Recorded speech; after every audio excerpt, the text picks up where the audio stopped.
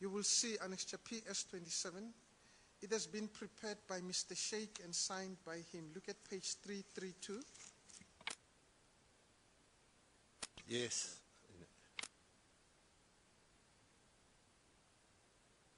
And if you look at page 340,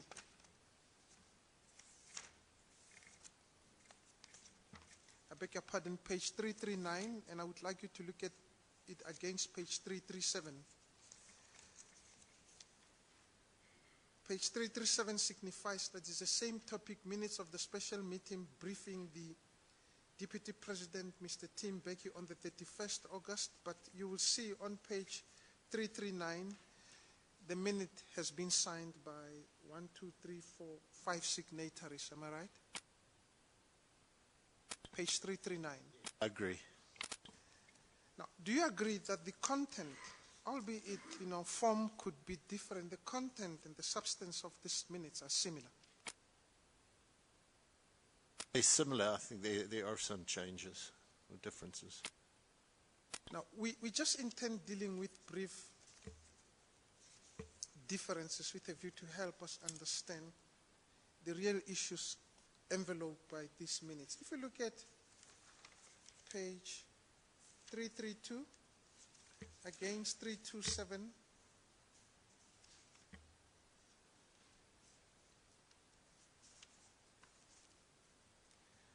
against 330, it means I would like you to flag those pages.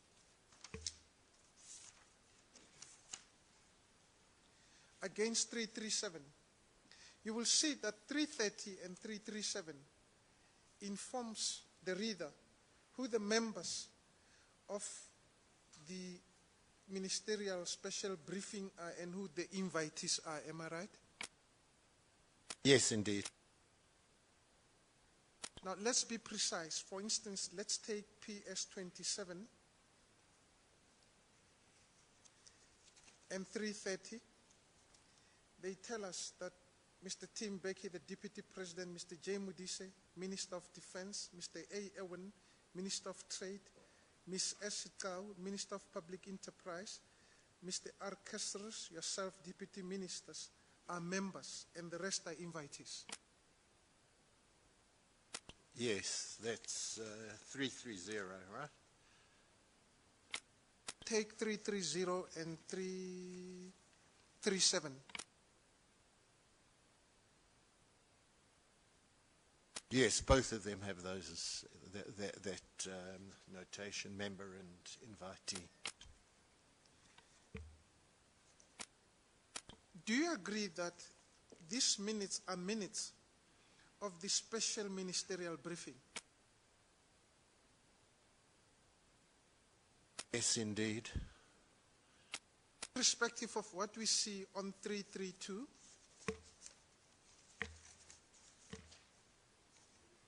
because 332 does not specifically mention, it just says minutes of the special briefing. Can you see? Yes, sure.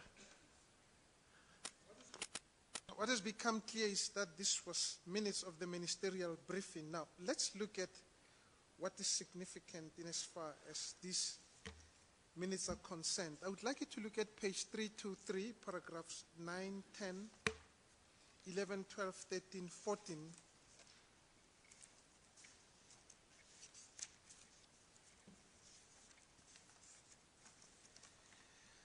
Now, I could take you to all the pages in which paragraph 11, 9, 10, 11, 12, 13, 14 are contained. Would you agree with me that paragraph 11, actually paragraph 9, 10, 11, 12, 13, 14 in all these minutes is similar? I mean, these paragraphs are similar. The content is the same. Do you agree? You want us to complete it? In all fairness, let me allow you to talk. Okay, look at page 323, paragraph 9, 10, 11, 12, 13, 14, against. Page 328, paragraph 9, 10, 11, 12, 13, 14, and 15. Look at page 328, 329. And then look at page 331, 332, paragraph 9, 10, 11, 12, 13, against page 338, 339, 9, 10, 11, 12, 13, 14, 15. You may take your time if you want to, but the content and the form is more or less similar. Do you agree? Yes, I wonder if I could help the Commission in cutting time, sir. We could go through each of these paragraph by paragraph, all four, and that's going to take considerable time. I have glanced through it. I know that there are some differences of words here and there. The main difference relates to the issue of members and invitees, and the most important is that the one final minute is signed by various ministers, including myself. So if you would like, Commissioner, to save time, I can accept that there are slight differences between the sets of minutes, but that the one that I signed is the correct one because various drafts were provided. Maybe let me follow up. The last one that you signed, there are other people who allegedly signed this document. Can you recognize those signatures? The one which, look at page 339. That is the minute that you signed. Yes, sir. You recognize your signature. Is that your signature? I do indeed, sir.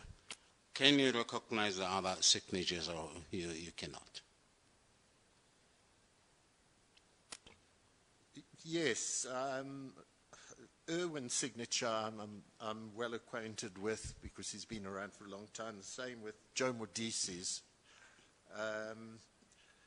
I would accept that that is Stella Carr's signature and Mr. Sheikh's. Thank you. There was an allegation yesterday or day before yesterday's that the people who signed this minute, there are chances that they signed the minutes without reading it. Commissioner, anything that I ever sign, I read thoroughly, given the devil in the detail. That one knows occurs. And although I've made it clear, sir, that of course after all this time there are many things that I cannot remember, I am absolutely sure that this is my signature. I do remember the meeting, if not full detail. The minutes have brought that back. And there were other aspects at this meeting that I remember well, in terms of Mr. Sheikh coming to me with a first version, which he did with all the ministers, to ask whether we felt that was a true reflection of the meeting.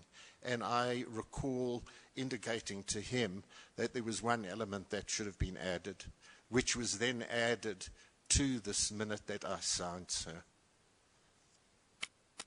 Thank you. Advocate Luan.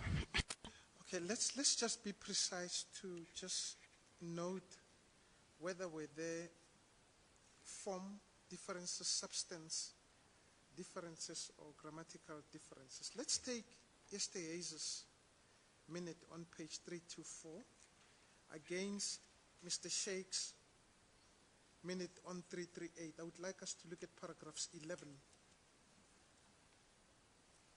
and 12 in both minutes. Let's start with the minute of Mr. Yesterday's on page 324, and may I take the liberty just to read it? Paragraph 11, page 324. After discussion, it was decided that both the Hawk option B and the MB 339 option A, which we know is the Arimahi, should be investigated further with the view of structuring an industrial alliance between the countries supplying the aircraft and the South African aerospace industries. Both countries will be requested to submit further information in this regard. Let's go to page 338, Mr. Sheikh's minute, which was signed by yourself and the other colleagues. Paragraph 11. After discussion, it was decided by the ministers present that the Hawk option B should be recommended as the preferred option. There's a difference in form, am I right? That's an important difference. Now let's read further. This decision to recommend the Hawk was based on national strategic considerations for the future survival of the defense aviation sector and the best teaming up arrangements offered by the respective bidders. There's still a difference, isn't it? Yes. Let's read further. Strategically, important industrial participation programs offered with the best advantage to the state and local industries was also a determining factor in the final recommendations for the preferred bidders per program. There's still a difference. Yes, I follow you. Let's take paragraph 12 on page 324, yesterday's minute, and paragraph 12 on 338, Sheikh's minute, which was signed by your good self and your colleagues. Let's start with page 324. The shortfall of funds towards the SDP, as indicated in the DOD planning deficit, will be funded from outside the present defense allocated budget. Let's go to 338. Paragraph 12. The shortfall in bracket deficit of funds towards the SDP as indicated in the DOD planning was noted. This matter was to be raised with the Department of Finance to determine the mechanism for financing the SDP over the projected period in view of the shortfall. The results of this interaction would be crucial to the final discussions. The Minister of Trade and Industry would also liaise with the Department of Finance on this matter. There are obviously differences. Certainly. Now, Minister, would you like to, are you able to explain why Mr. Yesteze prepares a minute, Mr. Sheikh prepares a minute which he signs, and then there's a minute which is signed by yourself and your colleagues? Well, Commissioner, how can I speculate about the minute that Mr. Esterhuis has signed and the two versions thereof until seeing those minutes in this presentation? I would never have thought that anybody other than the person who Mr. Modisi asked to draw up a minute would have drawn up a minute. I can only say that the minutes that I saw were both from Mr. Sheikh in accordance with the procedure of that meeting, who came to me with the first version, asked me to comment on it. He wanted to make sure it was a correct reflection, and I made some comment to him. He came back to me, as he did to the other ministers. I was aware that he was meeting with everybody from Minister Modisi to the others to ask if they agreed that that was a true reflection. And on that basis, I signed the minute. I've got no knowledge of what on earth could have developed regarding Mr. Esterhuis and the other two copies. I found that, and I find it quite bizarre, sir, but I can't help you. I can only speculate, and I don't think that's worth wasting time on. In all fairness to your good self, I assure you that the commissioners wouldn't allow me to ask you a speculative question. Neither would senior colleague Moerane and Mr. Bashi. Now, back to my question. Actually, let's simplify it. Look at page 325. Annexure PS25, page 325. Let's call it the yesterday's draft minute, or yesterday's minute. I see that it has been distributed. For instance, look at distribution. Your name appears 1, 2, 3, 4, 5. 1, 2, 3, 4, 5. your number 5 on that page 325, in the list of distributees, persons whom the minute was distributed to. Am I right? It's a copy of something I never saw, I'd never signed. So all I can assume is that it was a draft of something that never went out, sir. So you are telling the commission that you've never seen this draft minute of Mr. Esterhuizen? I really feel that I could not have seen it. It would have stuck in my head the anomaly that a person who is not asked by the minister to draw up the minute has drawn up a minute. That clearly is not signed by any of us. Let's look at Mr. Sheikh's minute starting on page 327.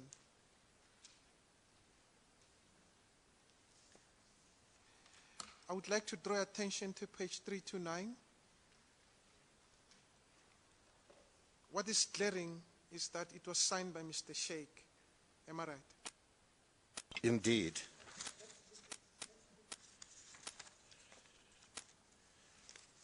Sorry. Thank you, Senior Colleague Moran. Let's look at the list of distributees, persons to whom it was distributed to. 1, 2, 3, 4, 5. This seeks to inform the reader that it was also distributed to you. Is that correct? Yes, certainly brought to me for consideration and amendment. And I see there that there's no distinction between the ministers and the invitees. And I don't know if it was myself who pointed this out to him. It could have been the minister or anybody else, that in fact present for discussion were ministers, and then they were invitees. That needed a distinction. That's the difference between this minute, one of the key differences between this minute, sir, and the copy we signed.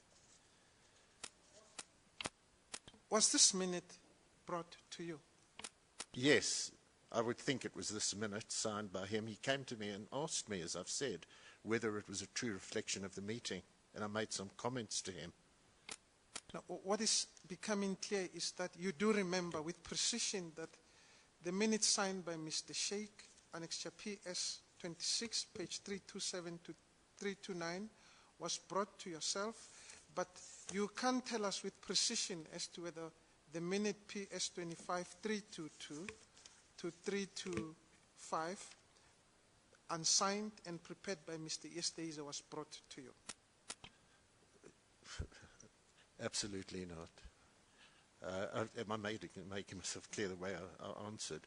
That I would be clear in my mind. You see, use of the word precision. I don't have that kind of memory. Everything there precisely. If I hadn't seen the minutes after these 18 or so years, it would have been very difficult for me. The minutes, of course, bring back the occasion, the event, which in certain sense was an unusual event, or let me rather say an important event. Thanks for the clarity, but do you want to assist us as to what makes you to precisely remember that the minute of Mr. Sheikh was brought to you and not of Mr. Esterhuizen, if you can? Advocate Lual, I'm not going to allow that question. The witnesses never use the word precisely. The word precisely comes from you. I'll remove the adjective, thank you, sir. Some of these terms end up making me to testify. Now, you've... Chair, I do not know where we are going with this particular issue. I think the evidence of the witness is very clear.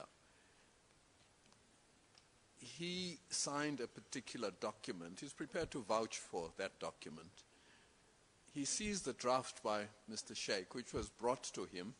He suggested certain amendments. The other two documents he cannot vouch for. His signature doesn't appear. The one signed by Mr. Esterhuizen is unusual because that was not the minute taker. I really do not know where we are going with this issue. Chair, I don't see merit in this objection, and I'll tell you why, esteemed commissioners. I'm talking about the drafts minute, not the one which was signed. At best, what senior colleague Moerane says could be explained by this witness. I would actually have expected the witness to explain what senior colleague Moerane says. And Chair, I would like you to request the witness and invite the witness to explain. I'll remove precision because terms like precision end up making me to testify. And I could rephrase my question if the... Can you rephrase the question because I've also forgotten it? Deputy Minister, I've taken you through 2 draft minutes. I haven't even gone to the one that you have signed. You remember, I've taken you through the minute which was drafted by Mr. Yesteize and the minute that was drafted by Mr. Sheikh. Yes, you have, sir. And I've tried to demonstrate to you that the one which was brought to you by Mr. Yesteize was not signed, and the one which was brought to you by Mr. Sheikh was signed. But both minutes have distribution lists. Yes, sir. And you mentioned to the Commission that you can't remember whether the minute that was prepared by Mr. Yesteize was brought to you. I can't precisely, Commissioner, but if it had been, I would have been so astonished and I would have raised very serious questions which would have lodged in my mind, sir. Here we are as a ministerial committee. I'm part of it as a deputy minister. We're discussing this key question at that point of the packages. We later sign the minute. And if somebody else, another functionary of the Department of Defence had come to me with a version, I would have been astonished, sir. And I would have remembered that.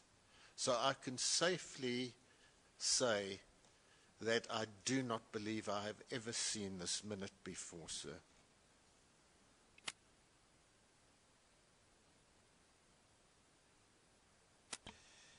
Would I be correct to say, within the department, members of different structures were allowed to express their opinions? Yes, they were. We've even seen it in the first minute of the Council of Defence, the views that were expressed by Mr. Steyn that the minister did not agree to. Yes, indeed. Would I be right to say the minute of Mr. Yesteize captures some of the issues which expresses probably the views that he held at that meeting? Just hold on. I'm not going to allow that question because I'm not quite sure where that question is taking us to. Mr. Esterhuizen was not part of the cabinet ministers. He was not a cabinet minister at all. We are talking about the decision taken by that subcommittee of cabinet ministers, and we know for a fact, we are not speculating, Mr. Esterhuizen was not one of them. So I'm not quite sure where these questions are taking us to. Can we move to the next point, Advocate Lwala, if you don't mind?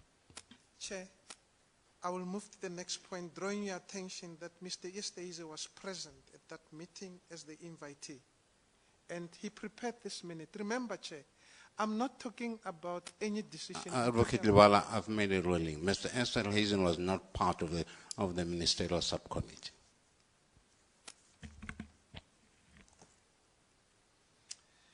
Chair, can I, esteemed commissioners, could I confer with my colleagues briefly, just for a minute?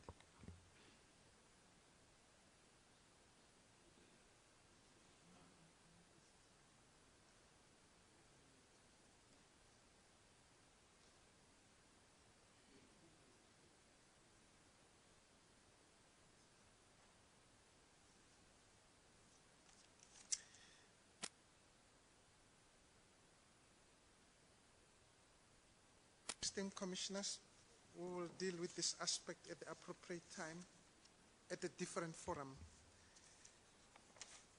and stage of the commission, when the commission reconstitutes itself at submission stage. I would like to draw your attention to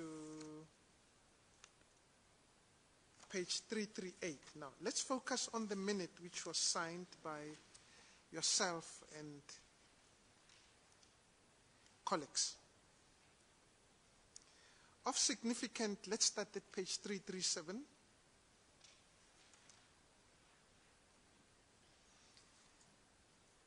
Captures the chair's concern that this was a special ministerial briefing.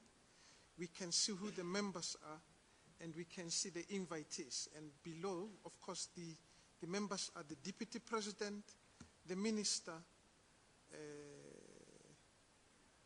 of Trade, the Minister of Defense, the Minister of Public Enterprise, and the Deputy Minister of Defense. May I ask a question just on the members? Why the Minister of Trade and the Minister of Public Enterprise deputies are not part of this ministerial briefing? Well, Commissioner, I would suggest it's because of my deputy position in Ministry of Defence, being a member of the Council of Defence. And you'll recall, sir, that I did state right from the very beginning of my submission on Friday that Minister Modisi included me in a great deal of matters. He could have suggested that I shouldn't be part of this, and I think that, well, Deputy President Mbeki might have agreed or disagreed. But I think they felt that I had quite a lot of knowledge, so I was an invitee there in a sense. A member, a deputy minister, but not a full minister.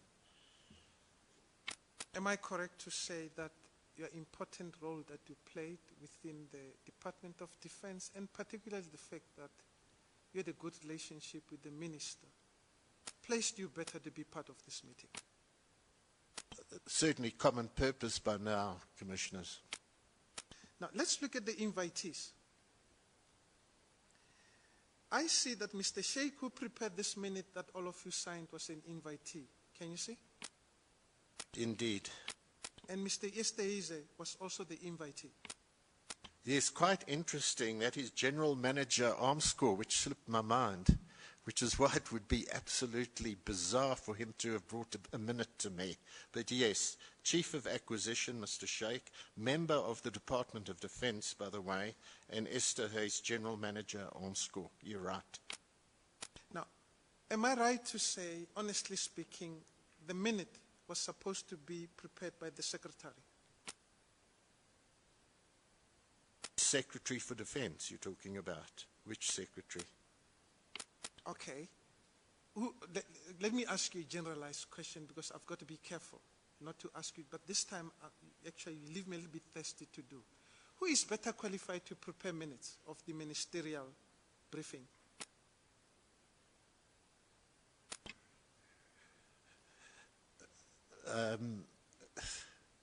There's nothing set down. I would assume, sir, Commissioners, that Minister Modisi gave the task to Mr. Sheikh because he had made the presentation to the meeting. And certainly there's no indication that Mr. Steyn makes any complaint. You're not responding to my question. Deputy Minister, my question is, if you look at all the members, who is better qualified, in your view, to prepare the minute? I find it hard to say. If I were to say Mr. Steyn, as a Secretary for Defense, was better qualified to prepare the minute, would you agree with me? It was a choice of the Minister, I would think, and I certainly can't recall why, but I'm trying to speculate on this, that he asked Sheikh to draw up the minute because he had been the presenter. Yeah, for this clarity. But you're not responding to my question, Deputy Minister. My question is, if I were to say the Secretary for Defense was better qualified... Just hold on, Advocate Levan. If I understand the evidence, even of Mr. Steyn, He was present at that meeting. Mr. Sheikh made a presentation. Thereafter, after the presentation, Mr. Steyn, together with his colleagues, left the meeting, and the ministers remained behind. Mr. Steyn left the meeting, and he came back to Pretoria, as he said. This is the evidence that we have now. And then when you put the question to the witness, tell him exactly what evidence we have, particularly as far as Mr. Steyn is concerned. Unless if I'm making a mistake, but then according to my notes, at the time when the cabinet subcommittee met, Mr. Steyn had left. Chair, thanks for this detail. In actual fact, you are correct, because somewhere I think the minute reflects that. But remember, Chair, we have 2 minutes which are not drawn by the Secretary of Defense. And I appreciate the context in which you raise your concern, esteemed commissioners.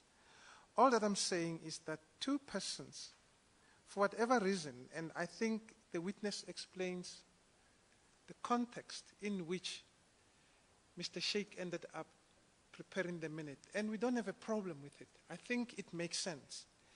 But what amazes, and even amazes this witness, short of saying I'm restating what he's saying, is that 2 minutes get prepared. Only 1 minute gets signed. And we are gravitating there. And short of saying that the witness has explained it, but we can't leave this hanging. And it could be explained away. And I would request esteemed commissioners just to allow us to ask the remaining 2 questions. And we want to part ways with this question. In actual fact, nothing turns around it, except to clarify why a minute prepared by Mr. Sheikh would be signed as against the one prepared by Mr. Estes, and why this witness did not look at the minute prepared by Mr. Estes. That's all, Chair. And nothing turns around it, come to think of it.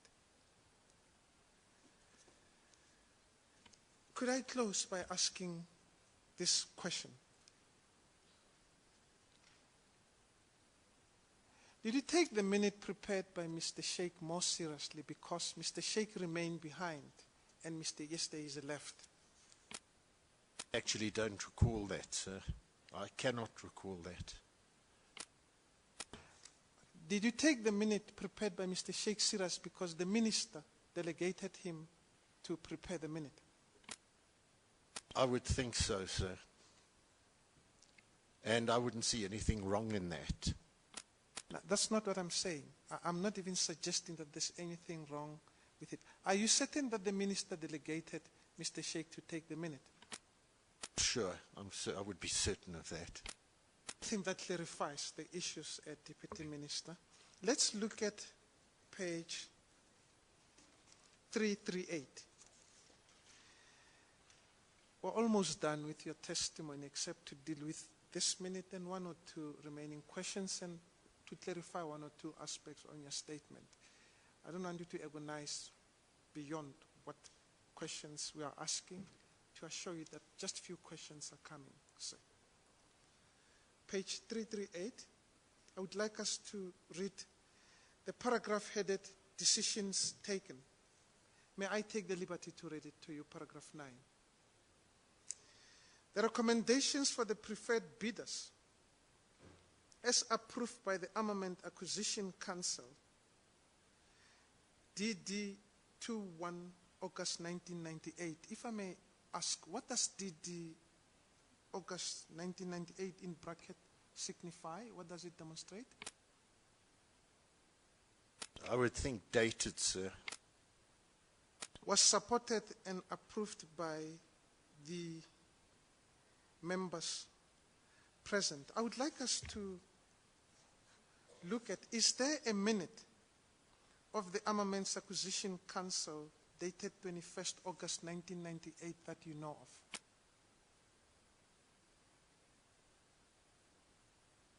No, I'm not aware.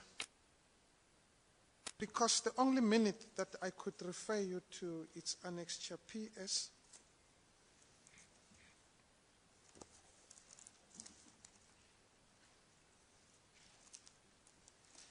Please go to page 316 PS 24.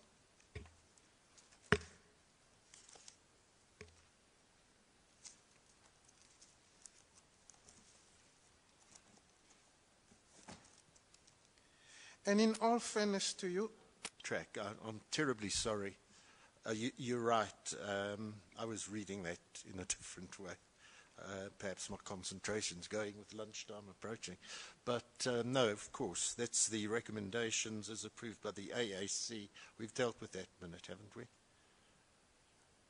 We had, hadn't we? But dated 21st August, yes. You're correct. That was a meeting we've dealt with. So I agree. We supported and approved, yeah. just to refresh you, are you referring to the minute that you see on page 316? Page 316, Annexure PS 24.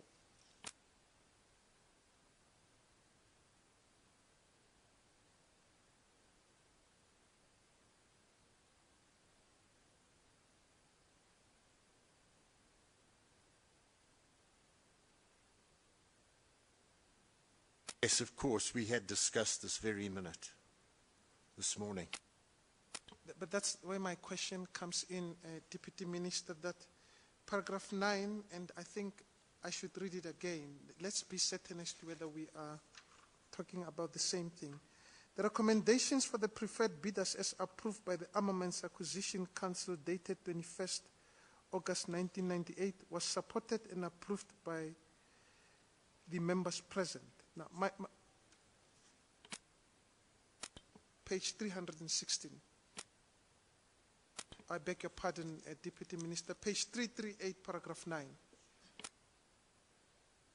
Thank you. I'm sorry, sir. Now, are you refreshed now? I'm just trying to refresh your memory so that we should be able to help each other in relation to the questions I would like to direct to you. We read paragraph 9. Now, are you saying what is being referred as the Armament Acquisitions Council, dated 21st August 1998, shakes hands with what we see on page 316, Annexure PS 24? Yes, I think so.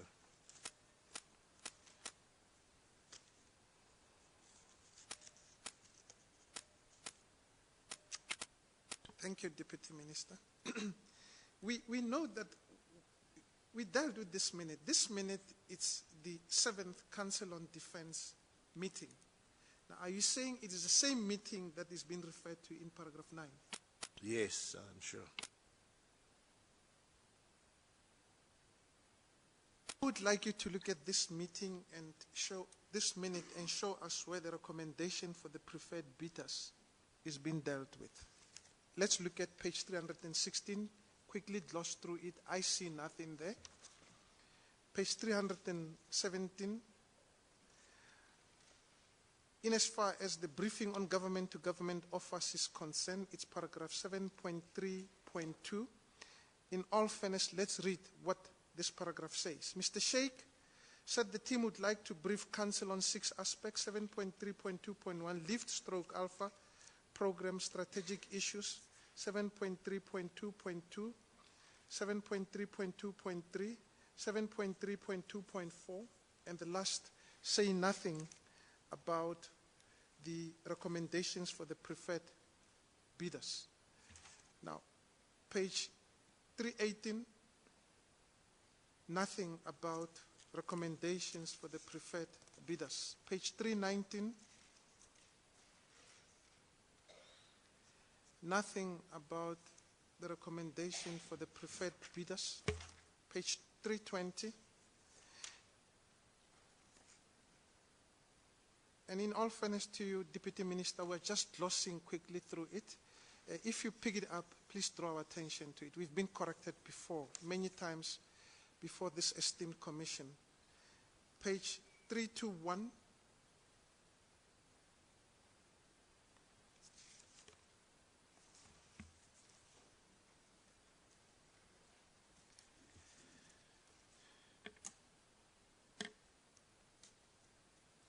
Unless there is such a minute, and like I say, we've been corrected before and would like to be corrected.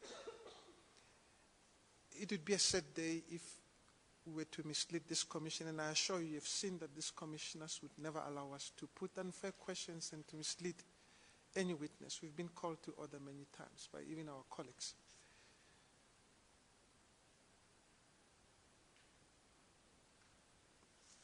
We can take time. We can come back to it later, albeit we want to finish with your testimony before we adjourn for lunch.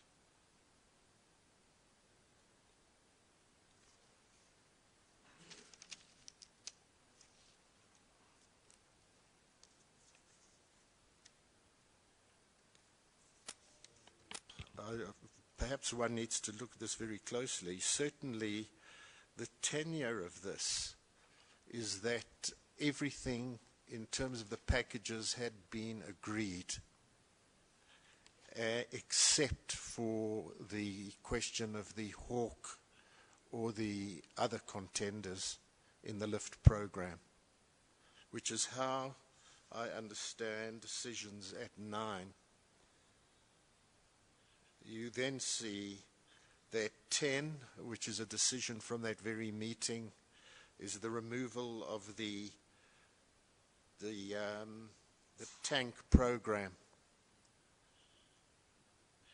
And then there's the question which we're really looking at and which was carried forward from that meeting, that previous meeting, was around the Hawk or the Aeromachy, in other words, the lift.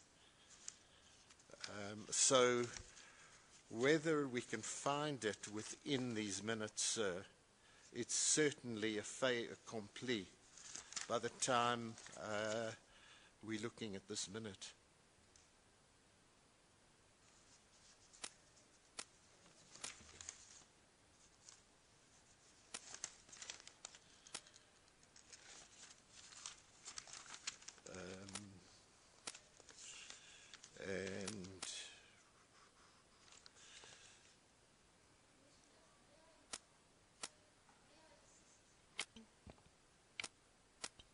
May I please assist just to make things a bit quicker? If one looks at the minute that we are referring to, the very last paragraph specifically refers to the fact that, and let me just look at it.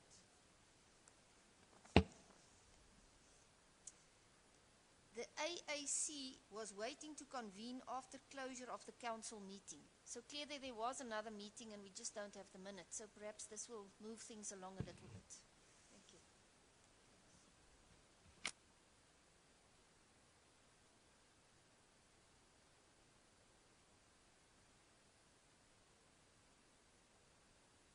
Well, I have to be indebted to senior colleague DeVos.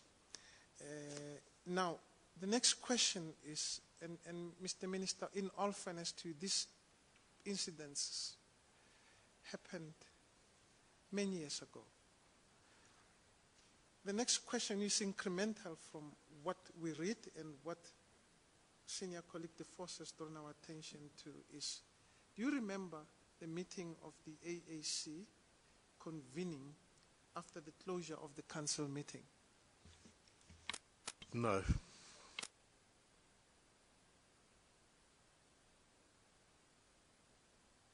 It's okay. Whatever turns around these issues cannot be answered by you, Deputy Minister. You're doing your best to assist. Now, let's proceed on. Let's look at page 339.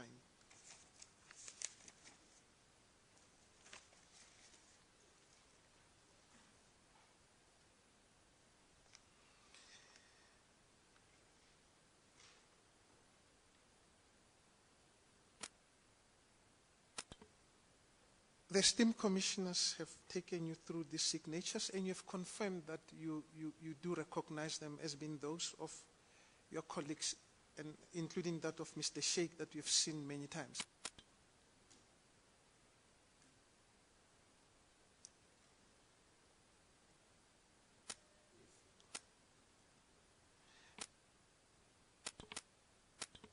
Do you want to draw the Commission's attention to something? I'm taking you to 339. I see there's a page that you're looking at. We could give you time if you want to look at it.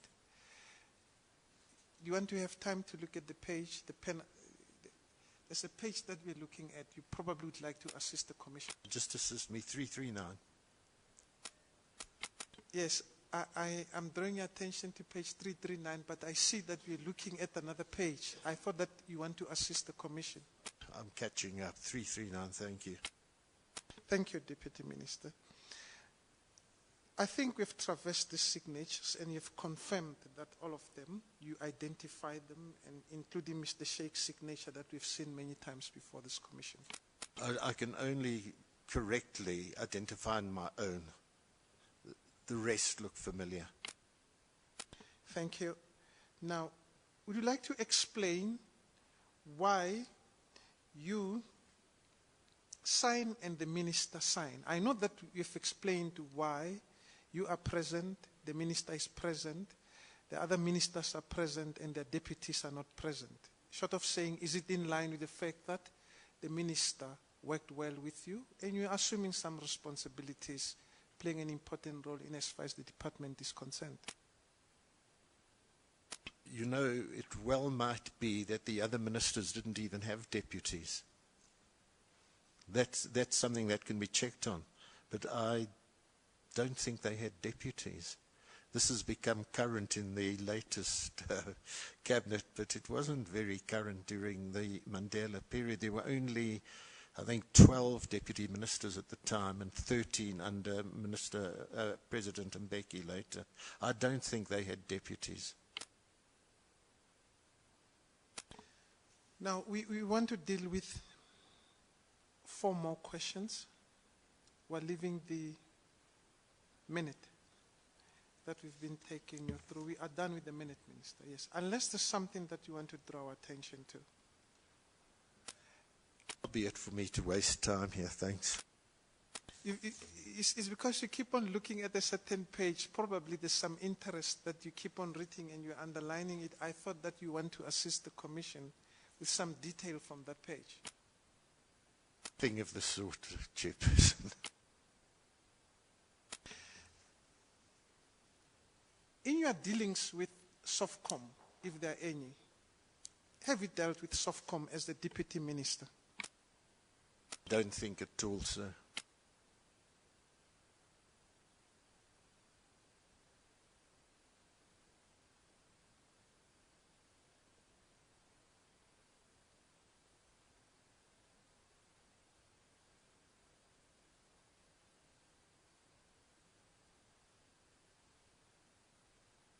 I would like to go back to the choice of the hawk.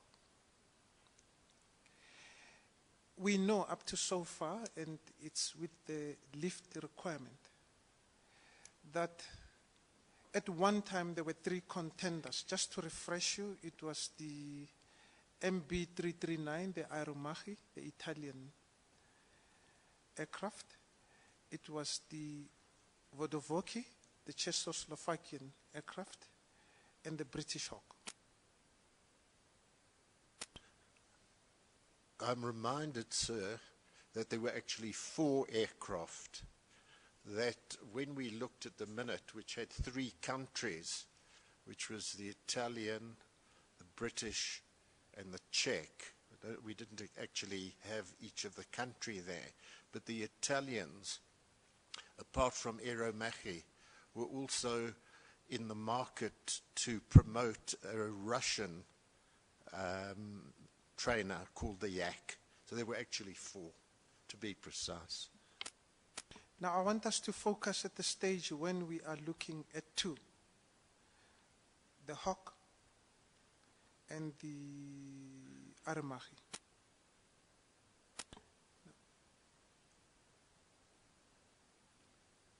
How important was the visionary approach in selecting the Hawk as against the Aeromachi? For the executive, sir, overridingly, it was the priority. You'll notice that even the question of the operational capacity of the Hawk, which was a key thing for me, was not that great a priority for the minister or the executive. It was all related to the overriding business plan and what that entails. Now, I would like to break down the visionary approach and ask you to tell us how significant did these tributaries that flow into the visionary approach influence this decision? Industrial participation, how critical was it in the choice of the hawk above the Armahi? Extremely important. Oh, sorry, I beg your pardon. For the Armahi, very minor. Let me correct myself. Certainly not of a great standing. Certainly not of that importance. Nowhere near that of the Hawk Gripen. That connection, British Aerospace and Saab, the Spanish company. But if the Armahi from Italy and the British Hawk from the United Kingdom were similarly situated and a choice had to be made, we've seen the consideration, the funding, the budget, the costs. Both are European countries. What influenced the decision in as far as the visionary approach to choose one European country, the UK, instead of the Italians? The UK deal was much better. It linked Sweden and Britain together because the Hawk linked in to the Gripen, and British Aerospace and Saab, the Swedish manufacturer of the Gripen, were partners, very close partners. Are you saying that the fact that the British Hawk had some relation with the Swedish influenced the visionary approach in favor of the Hawk against the Armahi? Chairperson, Minister Irwin, Trade and Industry, is so much better placed to deal with such matters, but I believe that, I think it's the Saab might have even had 20% shareholding in British Aerospace, or vice versa. They were dealing with a company, two companies that were closely aligned, partnership, and of course their countries as well. And they were very much placed to offer extremely substantial payoff in relation to the vision, the business plan, the industrial offset. The positioning of the South African arms industry. You are dealing with two European countries that are similarly situated. You want to influence the European market, I suppose, and the world. The Italians are similarly situated as the United Kingdom. And what influenced the visionary approach to favor the Hawk, the United Kingdom, instead of the Italians, in as far as the positioning of the South African arms industry is concerned?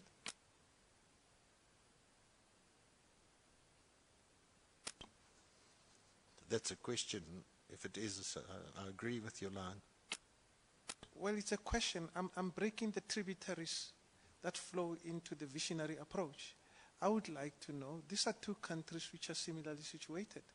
The Armahi is cost-effective from what we had, capable. The British Hawk, capable, actually, seems to be more capable, with an infusion of some Swedish component of Gripen. We had that, but costly. But we choose the Hawk. Now, in the context of positioning the South African arms industry, because it's one of the main tributaries that flow into the visionary approach, how did we ended up choosing the Hawk? I would expect that Jayendra Naidu must have spelt all of that out. But of course, at the time we're taking the decision, commissioners, what we found, as I recall or try to recall, is that the opportunities, the offers, the investment into our own industry here was far, far stronger from that combination of British and Swedish compared to the Italian. Now, can you quickly run through your statement? We just want to run through your statement. This is the last aspect of dealing with your testimony. We are approaching lunchtime.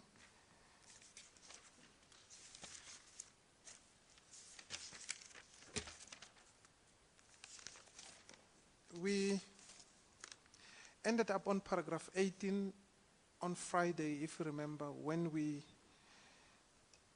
went to Stein's bundle and started taking you through the minutes.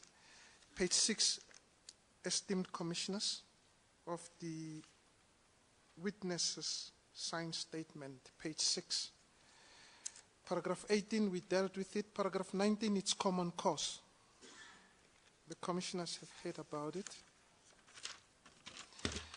Paragraph 20, page 7, you bring clarity. I will read it for the record.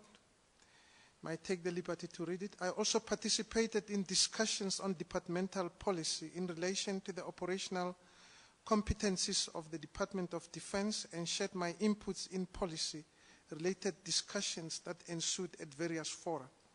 I was particularly active in parliamentary debates and interaction with the Joint Standing Committee on Defence and in motivating for and explaining the Defence Review to Parliament and the public.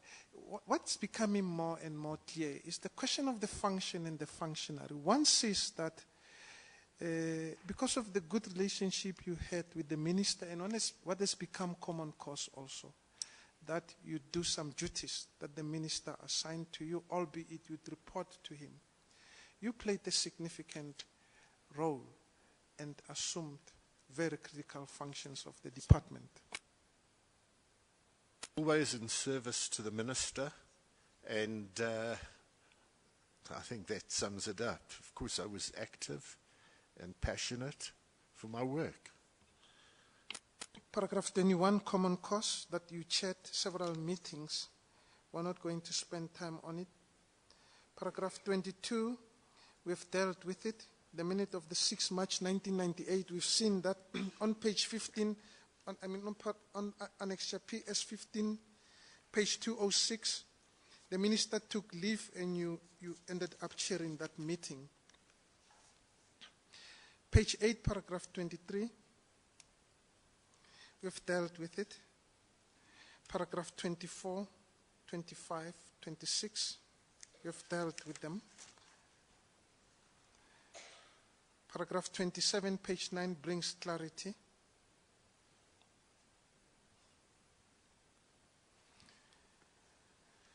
Now, I would like you to simplify paragraph 28 for us, and I'm going to read it. Page 9, paragraph 28.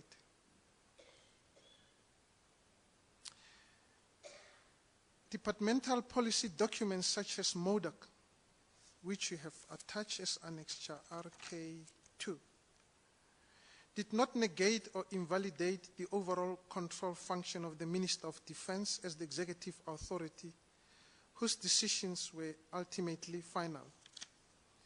Departmental documents such as those of MODAC could not override the constitutional competency that lies with the national executive to develop and implement national policy. The national policy rationale that underpinned the SDPP was drawn from the defense review process and given effect through cabinet. The last portion is very clear, but do you want to simplify what you're saying in as far as this MODAC document is concerned and the departmental policy?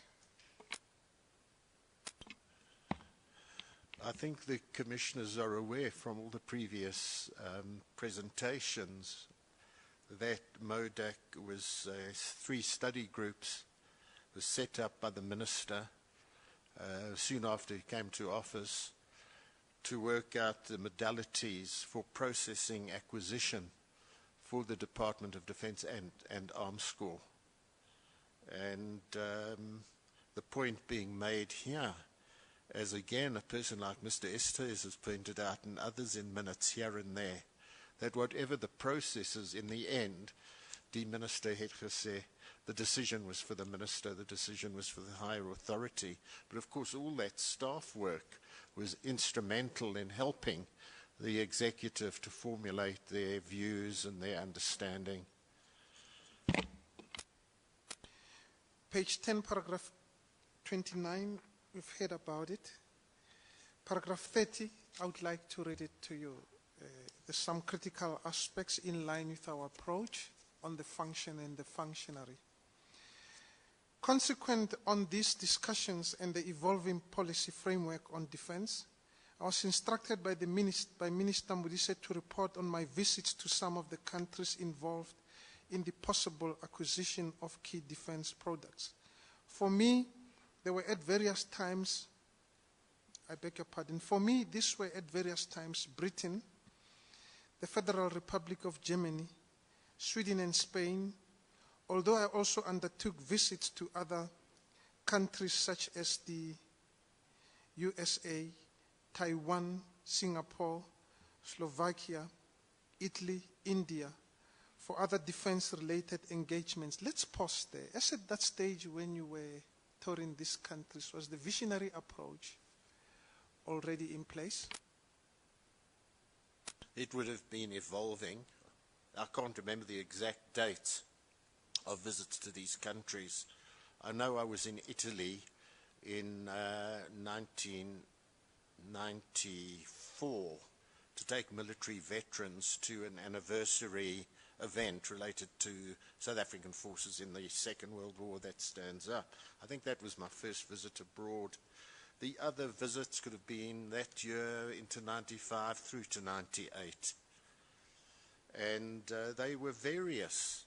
They always involved general duties, public relations aspects, meeting ministers and the defense family of those countries. And in some specific cases, those first 4 countries, perhaps not dedicated visits or visits only to, say, a shipyard or to Saab in Sweden. In fact, I remember I visited Saab in Sweden probably around 97 or 98. Minister wanted me to meet the Minister of Sweden, in fact, the Defence Minister, and have discussions about the armed forces. And it was on that occasion that I also went on a trip to the Saab works.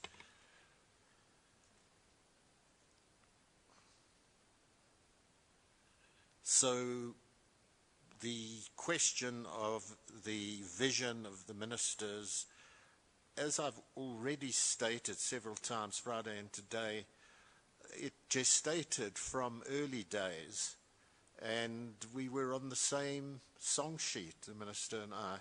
We were looking for investments into our country and partnerships. When the minister sent you to meet the Minister of Defense in Sweden,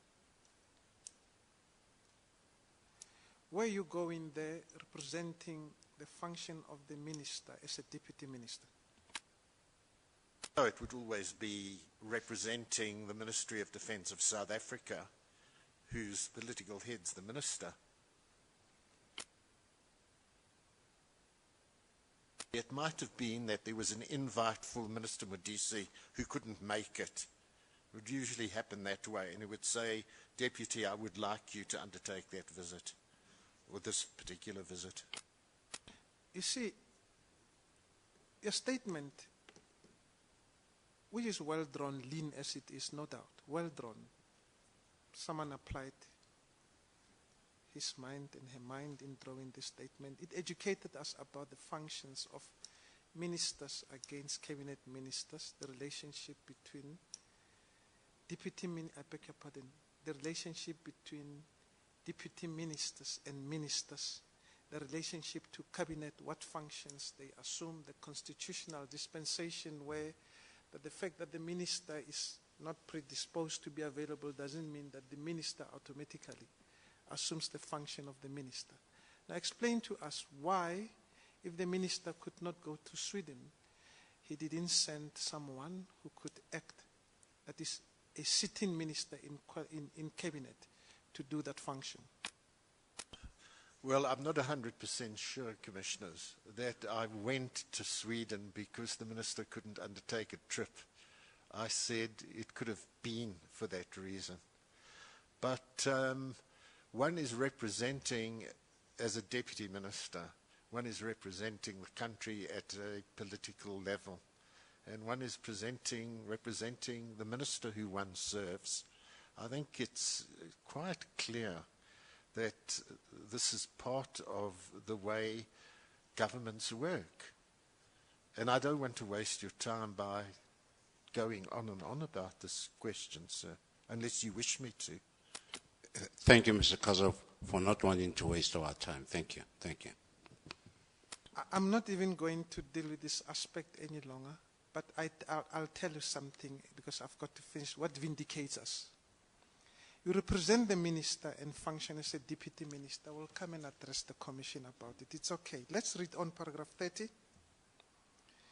You also, paragraph 30, line number 1, 2, 3, 4, 5. We ended up where you, for me, this were at various times Britain, the Federal Republic of Germany, Sweden, and Spain, although I also undertake visits to other countries such as the USA, Taiwan, Singapore, Slovakia, Italy, India for other defense-related engagements. In Britain, I visited the Yarrow shipyards on the Clyde, a submarine shipyard at Barrow in Furness near Blackpool, and the Westland manufacturers in Yeovil, Somerset, of the naval Lynx helicopter suitable for corvettes and bigger naval craft. Now, when you're doing this function of these visits in Britain, we're representing the minister or functioning as a deputy minister?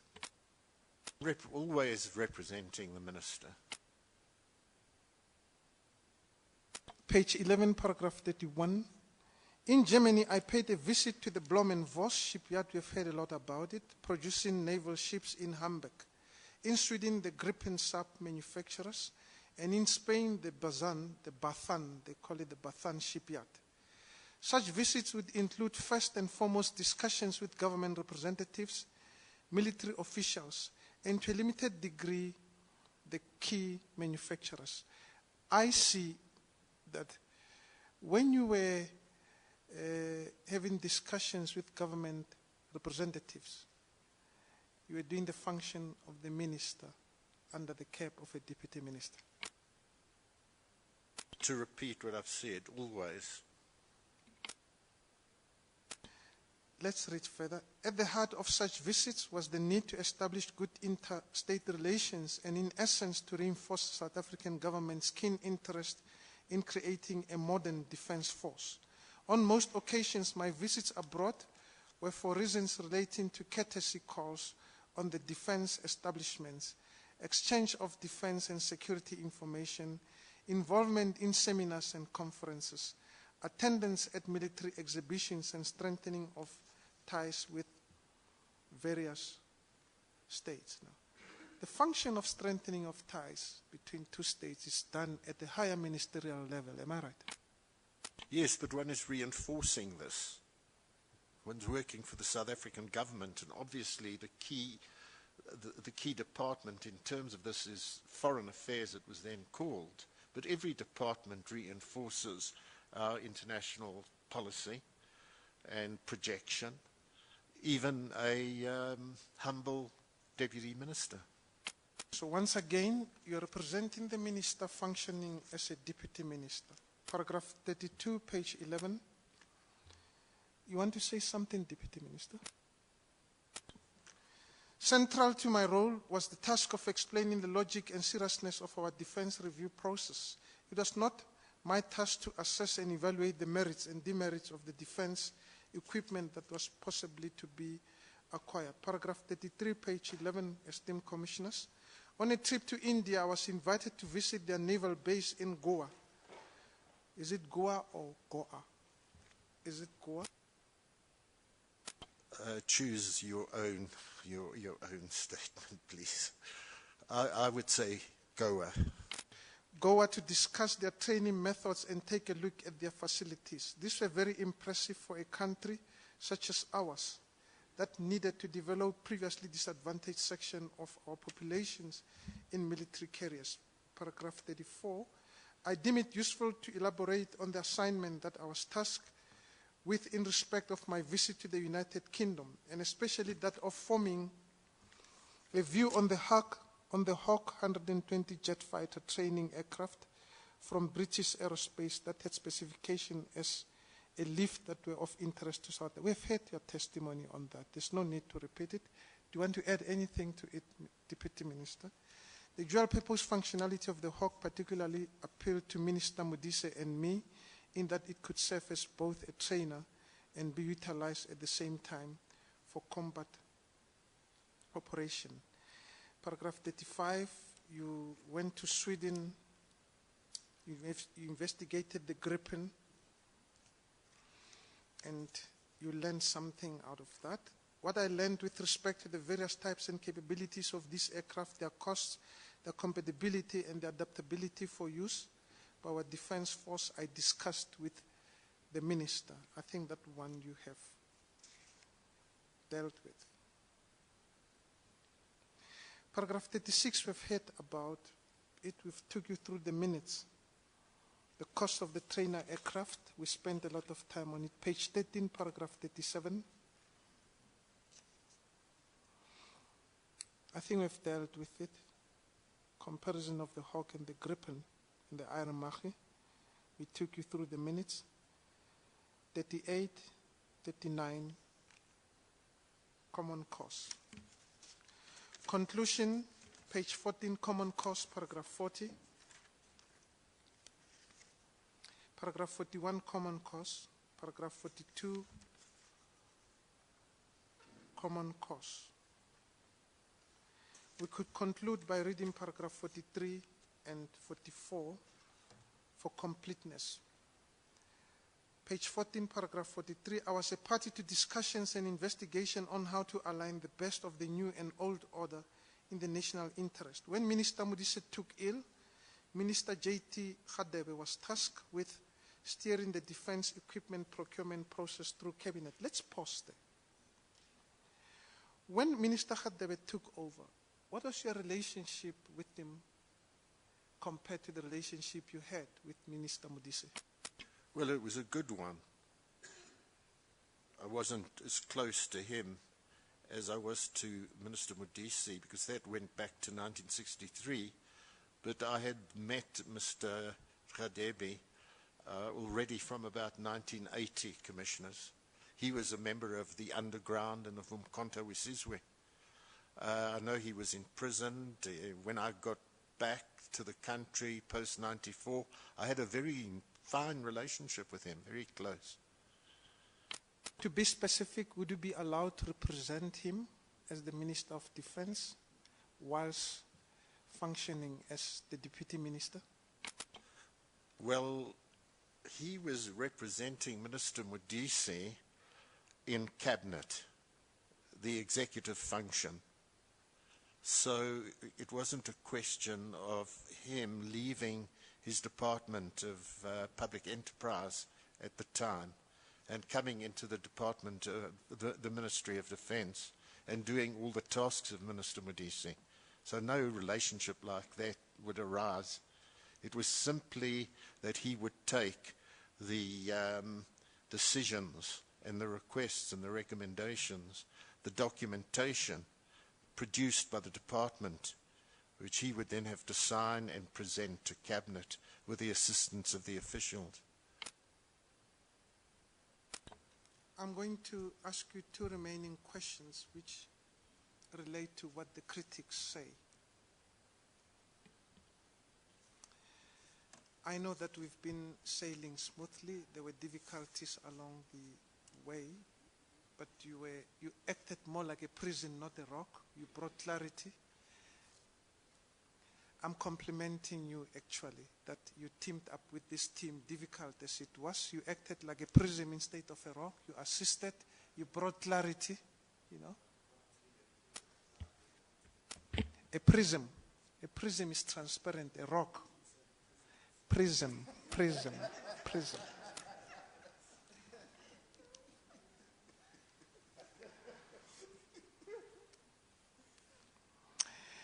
Advocate Luwala, you promised me that you are going to finish before 1 o'clock.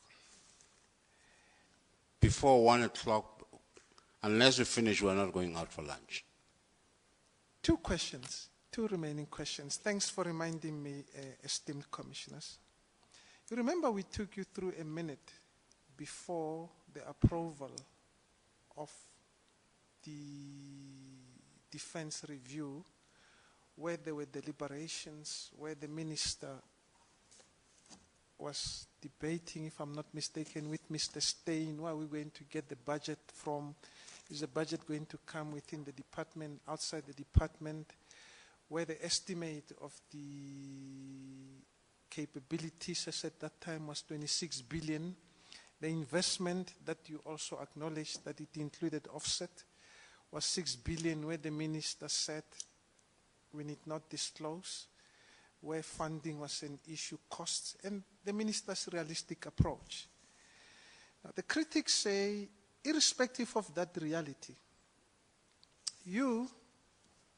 I'm going to read in one of the textbook. That doesn't mean we agree with them, but we lead evidence before the commission. That's why there's a competent team standing next to you. If there's someone who represents you, is senior colleague Moerani and Mr. Kabashe. We are just leading evidence. I'm reading to you what the critics are saying. They say, in a speech, you said the following, and you will tell us whether you remember that speech. There will be substantial offsets agreements so that, for instance, South African steel and other local components and equipment will be used in production. There will be major offset of counter-trade agreements so that for every rand spent abroad, the same amount will be invested in South Africa. Such packages will be of enormous benefit to our gas strategy. It will bring in investment and create jobs.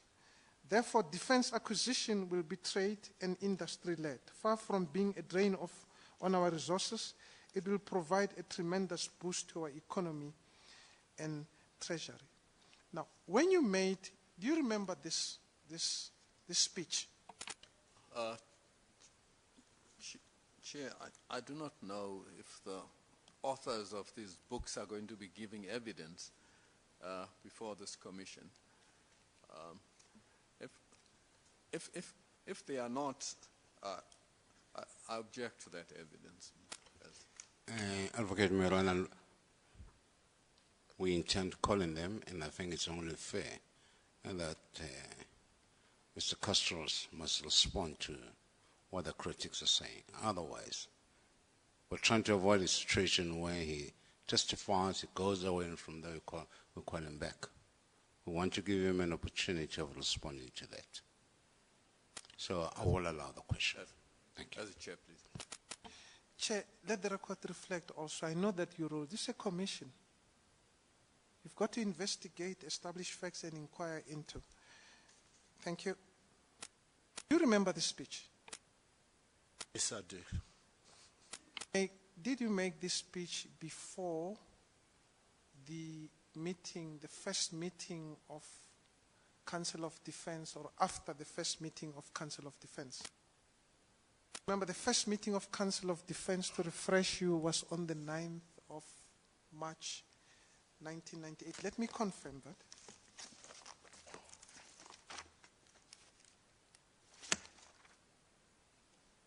I beg your pardon, 9 February 1998. Annexure PS 13. Chairperson, I would think that I made this speech at the Defence Review presentation to Parliament in April 1998, when the House adopted and approved of the Defence Review. That's where I think this speech is made. So.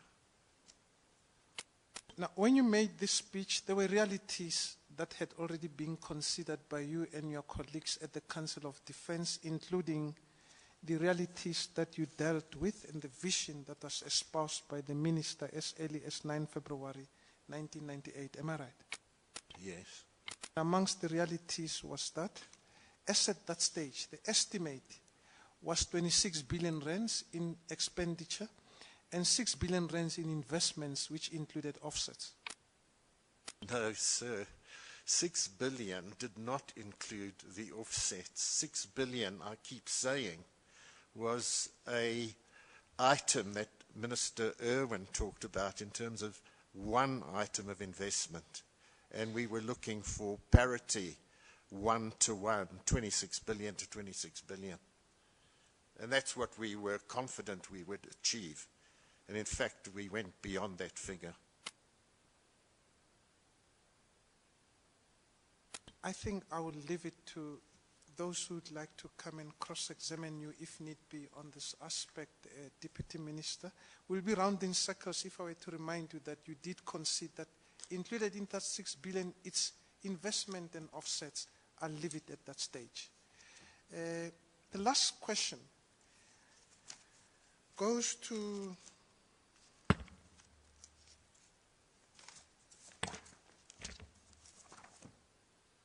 Chair. We have 5 minutes too. It appears that in one of your trips to Germany, you met, if you remember, please tell us that you remember. If you don't, please say you do not, Mr. Minister, Mr. Deputy Minister. You met a gentleman with the name of Christopher Hoenings, H-O-E-N-I-N-G-S. Does it, the name, click on your mind? Yes. You also met a gentleman with the name of Walter Ernst Ulrich Skiel, who's the son of the former president of Germany. Does the name click on your mind? To some degree. I wouldn't have been aware that he was the son of a former president, but it's possible that I met that man, sure. Both of them are employed by Tyson Reinstall GmbHTRT, a subsidiary of Tyson Group. And we know that Tyson Group ended up being one of the parties that became the successful, actually it formed part of the successful bidder, German Frigate Consortium and German Submarine Consortium. Now, Christopher Hoenings and Ulrich Skiel worked together at Tyson Group, and Mr. Christopher Hoenings is responsible for acquisitions within the Tyson Group. Now, it has been found that in his diary, he made an entry saying that he intended to meet the Deputy Minister of Defence of South Africa, Mr. Ronnie Castles, and he called you his friend. Now I'm going to read the specifics in relation to what is being said here.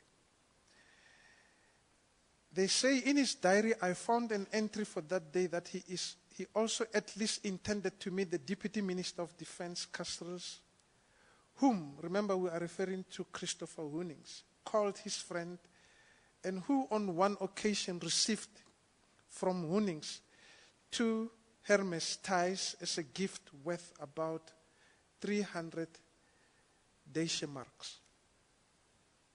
Now the theme of what we are reading to you is that, according to Mr. Christopher Hoenings, he calls you his friend. He intended to meet with you as the Deputy Minister of Defence of South Africa. And he, at one time, gave you 2 Hermes ties as a gift worth 300 Deutsche marks. Does it click on your mind? Are you refreshed? Yes, and it's possible. It's quite possible. I don't actually remember him giving me the tires, quite frankly. I can remember the other people who gave one tires or little mementos, whatever. And I think I told you in Cape Town that I'd received 2 tires, but that was from somebody else in Britain. But can I just say that what you need to tell me the date, because I had already met Mr. Hoening in South Africa. So is he talking about me meeting him in Germany? It appears to be in Germany. And we stand corrected because we're picking it up from what the critic says. And in all fairness to Deputy Minister, there's nothing wrong in receiving gifts. There's nothing wrong in receiving gifts as long as you declare them. But this is in line with what the critics are picking up. But you seem to be accepting that, you see, Hermes, it's before I testify, it's a label. They say you receive those ties from Mr. Unings, and as at that stage, is it correct that you were discussing these acquisitions and the role that Tyson Group would play in as far as the SDPPs are concerned? Commissioners, I met Mr. Uning in South Africa.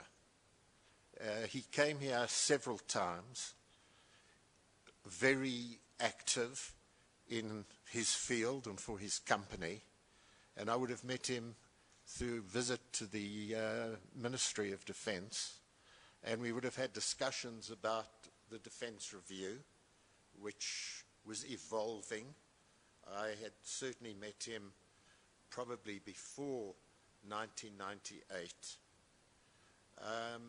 And he projected himself as an urbane and charming man who showed interest in my wife's activities in the art world. There was an exhibition of South African art at the South African ambassador's residence in Germany, in Bonn. That's Ambassador Lindiwe Mabuza. And my wife was assisting South African artists, the ceramic artists in this respect. And this was a man who received an invitation to attend that exhibition because I had met him here and I had his name and so on. I met him here outside of the ministry when he invited me. He was staying at the Michelangelo Hotel to show a video of the German industrial commitments and what could be done for South Africa. And actually, I met in his office the then Anglican Archbishop of South Africa, who he was also trying to make presentation to show that he could make add value to the economy of our country. I wouldn't call him a friend. This is an acquaintance, the kind of people one was meeting all the time. And I would think he would like to call me his special friend or just friend to impress his company.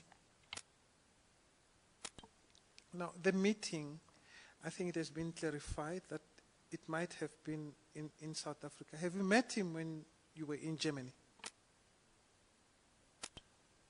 I can't recall that. He certainly wasn't at Bloemfontein when I visited Bloemfontein. So I can't recall that at all.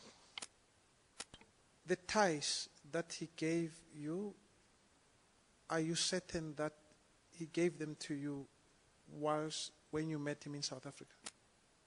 It's possible, Chairperson. I declared everything I received over a certain level for Parliament disclosure. And I can't recall what the limit was, or the bottom line. We started off and had to disclose anything that was above 300 Rand. In terms of the Rand currency exchange at that time, or receiving a present in South Africa, very often a tie was cheaper than that. And I think people got a bit fed up with ministers who kept declaring silly items like cheap pens and ties that possibly one never even used or wore. But one didn't throw such things back in the face, such minor things in the face of a person. It's just would be in very bad taste. There's a different thing if there was something substantive that was offered, which I would never have accepted. Deputy Minister, you could be rest assured that this team does not question your integrity that you didn't declare. We are leading evidence based on what is being said.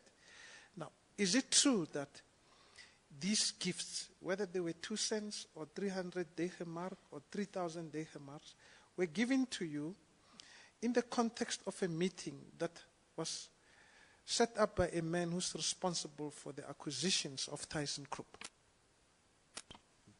Quite possibly. I can't remember the occasion when he gave me ties, but you would have people like him calling on a visit to a ministry, and you would give them an hour for business discussion. And at the end, on bidding farewell, they would leave you with a book or a souvenir from their country or a tie or two. And Mr. Erning could very feasibly have presented me with ties like that. I remember in visiting Hamburg, I've got South African friends in Hamburg, and they came and visited our hotel. Well, I was with my wife. I don't want to waste time, actually. These friends, as a joke, came and gave me a tie which had aeroplanes on. These were South Africans who I hadn't seen in a long time. I remember something like that. It stood out. Let me finally read to you. This is the last question because we're in lunch and we'll be done with your testimony. In as far as Ulrich Skiel is concerned, I'm reading what is being said, not what this team is saying, but what this team is saying in the context of the commission. We found in Ulrich Skiel's computer files a list of code names. The one for Castrol's was Karl, K-A-R-L. Castrol's might be a link to Modise, but I think $3 million are too small an amount to satisfy Sheikh and Modise, not Castrol's. I need to read it again. Castrol's might be a link to Modise, but I think $3 million are too small an amount to satisfy Sheikh and Modise. On the other hand, Mrs. Delil, during her visit to Germany, stated that Sheikh was Modise's man and put into his position as chief of acquisition of the Department of Defense by the latter. The connection that comes with your name mentions that you're a link to former Minister Modise. And it doesn't mention anything about $3 million being a too small amount to satisfy you. I think that's very clear. And this is what has been found in the diary of Mr. Ulrich Skiel. Now, the question is, did you discuss the acquisitions of these capabilities with Mr. Ulrich Skiel? Of course, that stands as a possibility, Commissioner. I can't really recall this gentleman, but it's very possible that he was present when I visited Hamburg and Blumenfoss. I'm not sure. I know that Henning wasn't there. It's possible he visited the ministry here and I met him here. But other than explaining what was common, and that was that what the defense review represented, this was as far as I would go. And anybody who put a question to me about how they could further their business, I would welcome that and say that there were processes open and encourage them to go ahead in an open way. Because we work as a team, our attention has been drawn to one final aspect. And this, I assure you, is the last question that this team would be putting to you. Remember, we took you through the minutes of the special ministerial briefing, the ones that there was a debate as to whether you did receive a copy from Mr. Yesteize or Mr. Sheikh, the one that was eventually signed by yourself and other colleagues. Are you aware that Cabinet, through the Secretary of Cabinet, Wan Lubisi, disavowed these minutes? Advocate Wala, I don't have such evidence. Unless Victoria are going to present that evidence. And I'm not quite sure what the answer the answer that Mr. Castro can give is going to help us with. Chair, I wouldn't like us to come back to Mr. Castro's when we return from lunch, because we still have a lot to traverse with Mr. Lekota. We want to finish. Now, this being the commission, I could have... Advocate Luwala, I'm not going to allow that question. This witness told us about what he knows. What the current Director General is saying, I'm sure you can ask this witness about it. Thank you, Chair. Thank you. We have no further questions, Deputy Minister. And on behalf of our team, I would like to thank you. Difficult as it was, there's been unfortunate comments. We felt unfortunate at one time, but it was not easy to lead your testimony, and we gave it our best. Thank you. Is there any other person who intends cross-examining Mr. Castro? Commissioner, on behalf of the Department of Defence, we would welcome the opportunity. Thank you. Any... Sir, I intend to. So there are two people. Yes, and on behalf of Lawyers for Human Rights, my instructions are to also cross-examine the witness. So there are three people. Mr. Crawford Brown, more or less, how long do you think you might take? I would think about half an hour. Half an hour. Advocate Kane? I would estimate at this stage 20 minutes. 20 minutes. And that would be my estimation as well, 20 minutes. 20.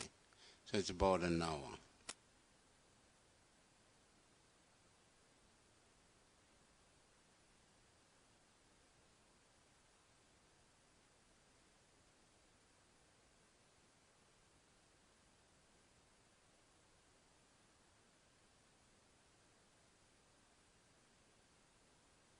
I was just talking to my fellow commissioner. I think we intend dealing also with Mr. Lekota today. So we're going to adjourn only until 1:45. We come back at 1:45, and hopefully by 3 o'clock we'll be coming to the evidence of Mr. Lekota. We'll adjourn until 1:45. Thank you.